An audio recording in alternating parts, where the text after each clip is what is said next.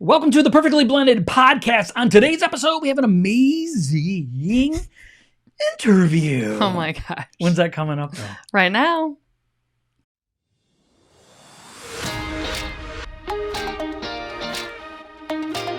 Thank you so much for joining us on the Perfectly Blended podcast. This podcast is for blended families, for couples that want to strengthen their marriage and want a brighter future. Perfectly Blended exists to break the stigma of divorce, drop the shame and guilt holding you back, and equip marriages to thrive instead of just survive. We believe all that is possible in this life is based on the power of Jesus Christ and His ability to restore us fully. Let's dive in. What is up, everybody? Welcome to the show. My name is Josh, and I'm here with the always Miss Wonderful Miss Kristy. How are you, babe? You didn't say I was beautiful. Well, you always are beautiful. You always say I'm beautiful. Miss Kristy's. Maybe I was going to say it after you talk. I'm good. You good? Yeah. Today's episode is going to be so much fun. We have someone that's completely and awesome and amazing. Her name is Trish Wilkinson. She goes by Trish. She is a mom of 2 kids who had challenges, is what she refers to. They now use his strength in successful relationships and amazing careers. She does talk a lot about that today. She's a founder of Brain Stages Parenting. She's the co-author of the book Brain Stages, How to Raise Smart, Confident Kids and Have Fun Doing It. She's a veteran teacher. She's also a science nerd. Trish shares kids-tested, research-supported tips to raise successful humans in our complicated world. She is super fun. She is amazing. We love her, and we pray that you guys find as much value in this interview that's coming up. Yeah. Are you ready? Yeah. All right. Without further ado, let's bring her on. Okay, everybody, I want to personally welcome Trish to the show. Trish, welcome. Hi, great to see you. Yes, we're so glad that you're here. You have such a unique specialty that we're really excited for you to share this with our audience. But before we jump into all of that, we want to let everybody know a little bit about who you are. Why don't you kind of fill us all in a little bit about who Trish is? Well, basically, I am a mom. I was a teacher for many, many years. So by the time my husband and I had kids, I thought, oh, kids are my wheelhouse. This is going to be a piece of cake. Because I had worked with all different ages of kids already and just loved it. I had, great scores no matter what grade I taught, and, just had a lot of fun. The kids had a lot of fun coming into my classroom. And then God gave me a couple of kids who had challenges, mostly attention issues, but auditory processing and various other things. And things got volatile, and basically I was a star with a lot of other people's kids and felt like an absolute failure with my own children. So it sent me on this quest to figure it out. And at that time my kids are they're 27 and 30 now. So at the time, there just wasn't a lot of information. They wanted to put kids on drugs, and I thought, I don't want to put my children on psychotropic drugs for attention issues when their brains are developing, if I can help it. So in some people's cases, they do well with it. I'm not saying, oh, medication is terrible. I just wanted to be able to do something else and be able to figure out how to communicate with my kids so that it would work. And it was really fun, because basically what happened, well, at first it wasn't fun. I realized that I had attention issues too, because apples come from apple trees. And my kids got their ADD from me. I don't like to call it attention deficit hyperactivity disorder, because we're not deficient, nor are we disordered. Our brains just work a little differently. And basically what I did is figure out how to use their interests and their strengths to help them do well in school and in life. So basically what happened was our younger daughter graduated valedictorian from high school. She's now very successful, works in software now. And our other daughter is a software engineer that leads a team of software engineers. And they just both recently ended up in tech. The other one used to run a furniture factory, and now she's, training companies how to use Oracle software. But the point is that they were really struggling. We were really struggling. They weren't doing well in school. They weren't doing well in life. They were crying all the time. I mean, it was terrible. And I felt like I'm doing well with everyone else's kids, and I'm not doing well with my own. So I just went on a quest. I talked to all these professionals. I read books and articles and studies. And I got really into the whole scientific studies and how brains work and just all of that, and did a ton of trial and error. Kind of what you were talking about with your chore chart and Yeah. all of Yeah. that, right? Yeah. So I just started doing a lot of trial and error with a whole bunch of different things and learning how brains function, and how they function, learn, develop, because it turns out we used to think everything was genetic, and our kids were born with whatever they were born with, and it turns out that is not true at all. So much has to do with the environment that we provide for them, and how we teach them to communicate with example and doing. I found you could do specific things. So it was my daughter that actually said, "Mom, you have to help other parents." That's how I started. I wrote Brain Stages with Jackie Frischnecht, PhD, How to Raise Smart, Confident Kids and Have Fun Doing It, and started Brain Stages Parenting because my daughter said, "Mom, you got to help other parents," because I have all these friends in their early 20s, and they trying to do this adulting thing, and they just don't really know what they're doing, and they're frustrated and floundering and miserable. Mm-hmm. So that's how I got into this in the first place, which is quite a compliment coming from my child when we had such a tumultuous relationship early on. I love hearing the resourcefulness, though. I think the thing is with a lot of people is we feel like we're stuck, and maybe it is, we live in a world where, let's take the pill to solve the problem, and it's, let's get the quick fix. And it's nice to hear that you dug in and said, no, I'm going to look for something. I'm going to do the hard work. I'm going to look and become resourceful about solving a problem, like truly solving the problem. And I think that's kind of a breath of fresh air to hear something, especially when it comes to our children, because we all feel like we're losing this battle with our children. It's no matter how much we work hard at it. And sometimes it's easier to just say, okay, I'm just going to pass my child on to the other parent or grandparent or whatever. And I apparently can't fix this problem. So it's nice to hear the resourcefulness of it. Yeah, I was kind of nervous to have you on because I'm like, all of our kids are grown now, and I really don't want to hear about how we screwed up because it's too late. Okay, they're 18 and up. Oh, but here's the thing. Nobody's perfect. My kids aren't perfect. They wouldn't tell you that I was a perfect mom. In fact, I was not a perfect mom, which is what sent me on this quest, right? Yeah. In the first place. So learning how to do what I did, and they're grateful now, and they tell me all the time, thanks for doing this.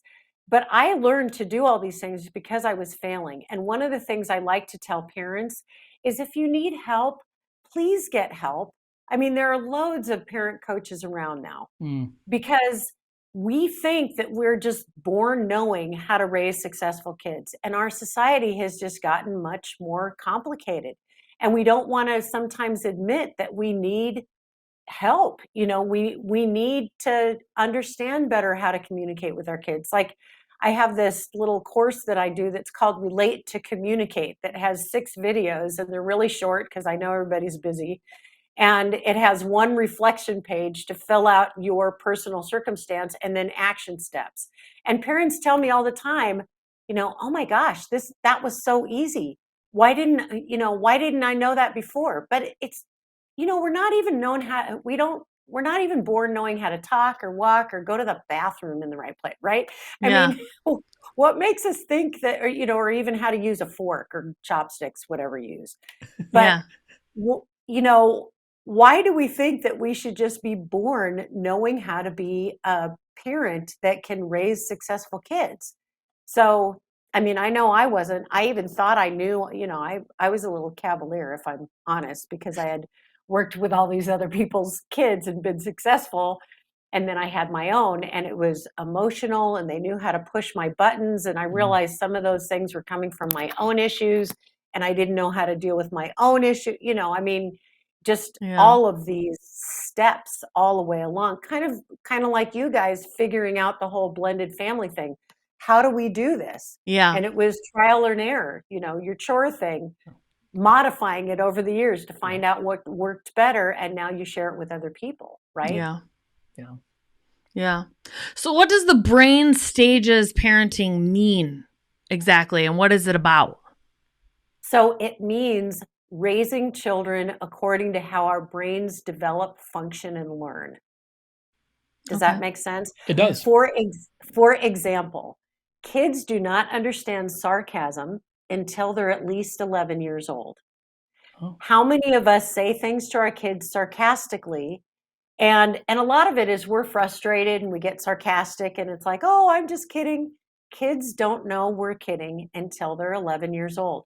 Why? Because they just don't have the neural pathways connected yet to connect that kind of information. Does that make sense? So until they're, end of 5th grade, beginning of 6th grade, they don't understand sarcasm. So I work with parents They learn on it in middle school. how do we, they learn it in middle school. But a lot of parents are jokey with their kids really early, and the kids, they don't let on necessarily that their feelings are hurt, but they make all these negative decisions about themselves. And then we have to, as they get older, which is, coaching parents through limiting beliefs, because they've developed all these beliefs as a result of a lot. Here's an example. So my kids, when they were little and things would get really chaotic and I was working full-time teaching and doing all this stuff, my husband traveled a lot, and a lot of times we were on our own. And sometimes I'd say, oh, I'm just going to go to Puerto Rico and live in a tree. And I thought that was silly enough that they knew that I was kidding. And they came home from college on, around Christmas, and we had a Christmas dinner like we usually did.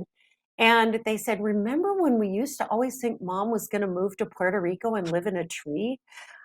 I was like, are you kidding me? Because that research didn't come out until after our kids were in college. Then sure enough, I read this research later on, writing brain stages, and it was a really new study that came out. And sure enough, kids don't process sarcasm or those kind of jokes because they're very black and white, very literal before they're 11 years old. Wow. So you say something like that to kids when they're younger, they believe it. Yeah.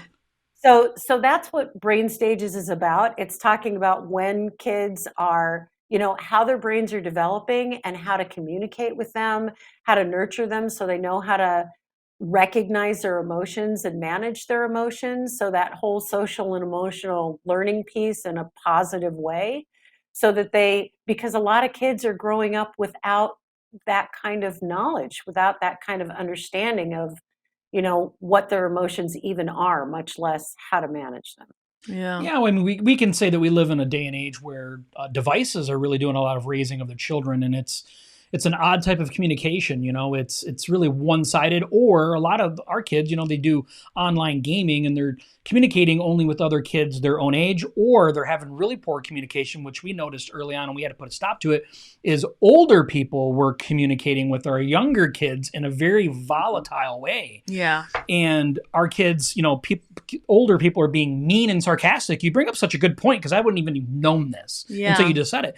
And it's like, okay, they're being funny and stuff, but our kids are taking it more literal. And it's like, okay, we got to shut this down. Like, okay, you can't put the headsets on anymore. You can play the game, but we don't want you communicating with the. So it's interesting to hear. So when you're talking and helping other parents and children, what is your take on the whole devices?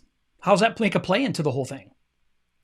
So this is what I tell parents, because a lot of parents are worried about devices, and they, talk about cutting their kids off, but then they make these, their kids will get in trouble. They'll tell them no devices for a month or whatever, and then they give in because, it makes it a lot more difficult for them to get along with their child with no devices at all.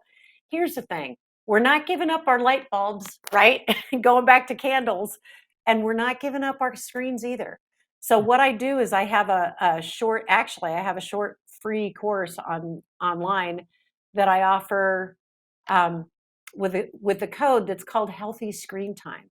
Here's the thing. Screens can be great for kids, but we just need to know as parents where the boundaries are and how to use them and what to do. Does that make sense? Yeah. There's so much positive material online, and even when they do those games with friends and stuff, if we can teach them, okay, you have to get your schoolwork done, you have to get this and this done. So so your chores done, we eat at this time, Yeah. whatever. So how are you going to fit this in? We're actually teaching them how to schedule, how to set boundaries with their friends, all those kinds of things when they're gaming. So Yeah. so their gaming can actually be positive for them. So they're not only learning strategy and they're communicating with their friends and all that kind of stuff, they're learning time management and they're learning to prioritize. I really want to play this game with my friends, but I know that that I have to get these other things done, my schoolwork, my chores, my whatever, so that I can play. And they start organizing their lives to make that work. In that way, screens are really important because they're going to need those skills when they get older to balance their lives. Otherwise, a lot of us adults, we just work all the time Yeah. and we don't have life balance, or we play all the time and don't work enough, and then we have all kinds of financial issues. Yeah. Like, we don't understand where the balance is. So screen time, especially gaming and stuff, can actually be a vehicle for kids to learn balance and how to create all that for themselves. So good. so I have a whole course on screens Yeah. because screens aren't going anywhere. So we Yeah. might as well, as parents, learn how to use screens effectively. Right. It's good. So what makes you, out of all of this, what has made you so passionate about helping others with all your knowledge now from all your failures? Yeah, exactly. No, really, that's true. I will say though that the failures turned into something positive, Yeah. which is what, it was my kids that said, "Mom, you've got to help other Yeah. people." So, so I started off failing, but my sister-in-law likes to say, and she probably got the quote somewhere else, I don't know, but she said, anything worth doing is worth being lousy at it at first. Yeah. I think Zig just, Ziglar said that. Yeah. oh, Yeah. maybe it is. Yeah. I didn't remember who said it first, but I remembered her saying it when Yeah. our kids were growing up because I was really struggling, and that's what she said to me. And she said, Trish, I know you'll figure it out. And that was really a supportive, great way for me to say, okay, she's right. I'm going to figure this out. I'm good with other people's kids. I know I can be good with my own kids. And talk about a growth experience. So I'm Yeah. passionate about helping other people because what I know is that the tools that I teach people are so simple. A lot of times they'll go, wow, why wasn't I doing this? Well, anything's easy when you know how to do it. Right. Right.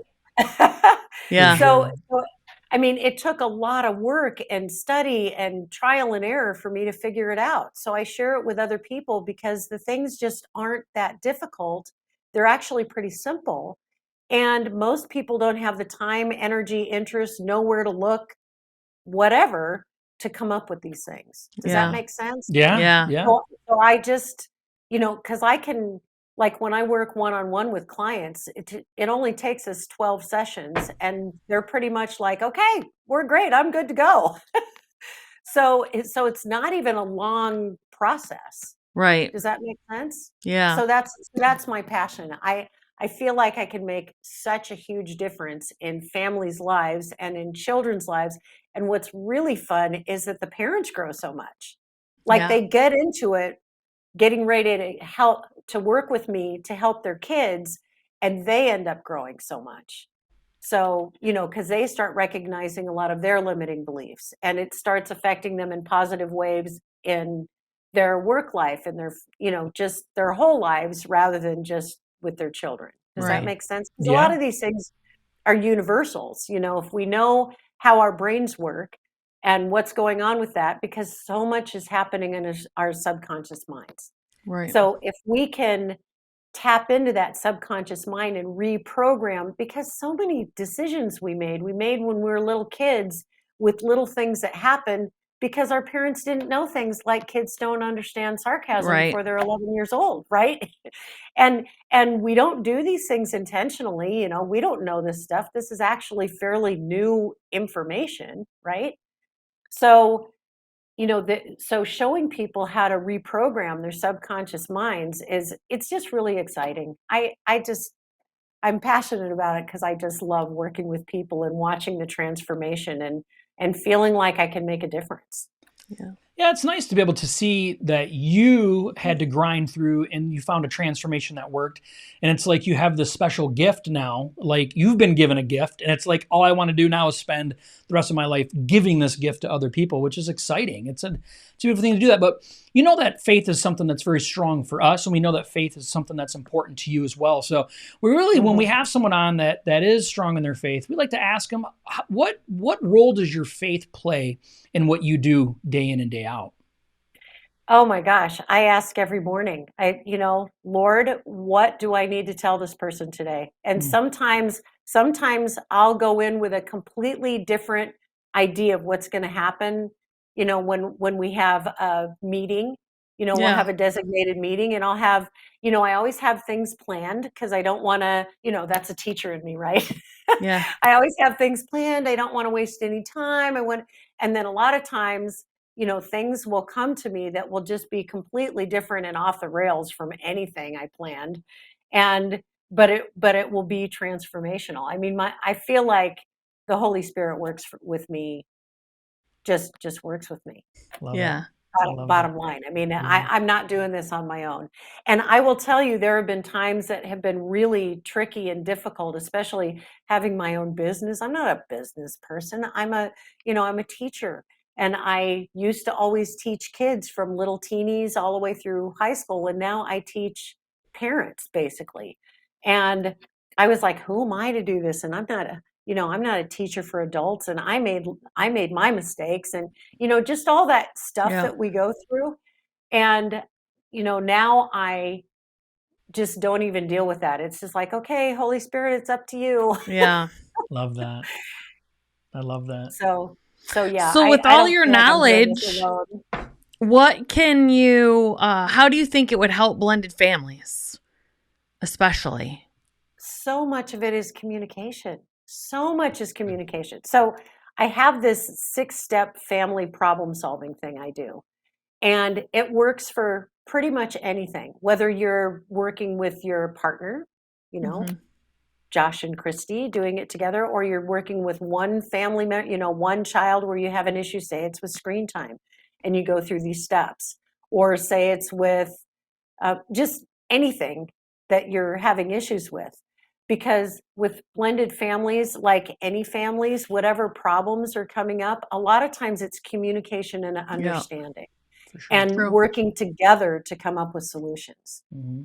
Yeah. Very true. Yeah, we've noticed in our short 11 years of being in a blended family that we grew up in blended families, and we, the miscommunication is almost deafening. It's Yes. amazing how it's just so much is not said that should be said that just goes by not being said, and it's just like this Right. whole like uncomfortable that didn't need to be uncomfortable. Right. And it's amazing how much transparency. One of the things that we say to other people when we coach them is, you're not going to love or care for your stepkids like you do for your own children, and that's okay. You can still love them with all that you are, but your Love kid, them your bio differently. kids are your yes, and you're going to love them differently. And that's a really hard thing to verbalize because people automatically want to attack or feel like that's going to be an attacked comment. And where like that openness of how you feel about something, it's okay, and it's so this whole level of communication, like you're saying, it's just it is such the center stone, and then to have an understanding, like you're saying, of how the brain works and plays into the development of our children, and then to be okay to talk about those things is so powerful. Yeah. So can I give you one little thing, for example? Please. For example, like a child comes in, because so often what I would notice, because I didn't have a blended family, but I had difficult kids because I had challenges.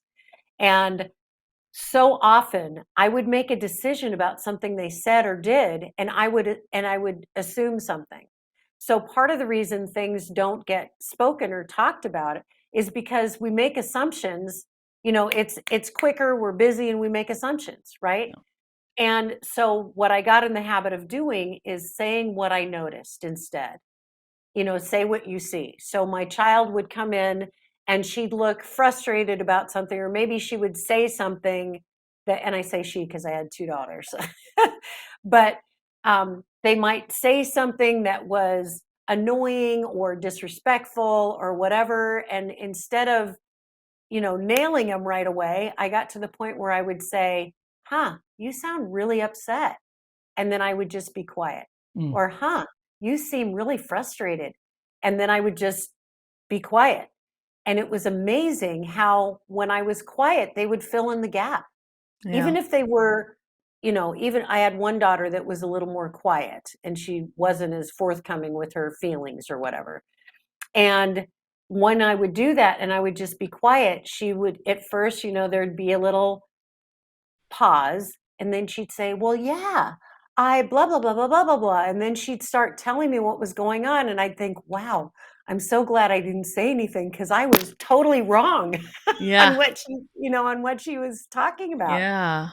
I didn't have the right idea at all.